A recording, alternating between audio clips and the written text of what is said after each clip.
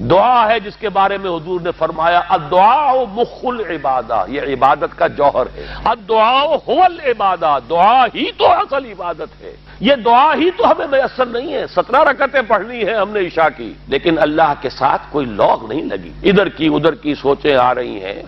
17 رکعتیں پڑھی ہوں یا 7 پڑھی ہوں 10 پڑھی ہوں، آپ کو اجر ملے گا، لیکن آپ کو دعا کی نصیب نہیں ہوئی۔ دعا کب ہوتی ہے؟ بقول اقبال، یہ جو میرے اندر ہے فائنائٹ ایگو، انائے صغیر، انا میں، یہ چھوٹی سی انا ہے، اس انائے کبیر، اس انائے کبیر کے لیے سب سے بڑی جو مظہر آیت ہے قرآن مجید میں وہ سورہ طٰہٰ کی ہے۔ اننی انا اللہ لا الہ الا انا، میں ہوں وہ اللہ جس کے سوا کوئی الہ نہیں۔ یہ انائے کبیر ہے، the infinite ego، Allah the big انا، اور یہ چھوٹی سی انا ہے، انا میں۔ جب یہ انائے صغیر انائے کبیر کے روبرو آتی ہے، ہم کلام ہوتی، یہ ہے دعا۔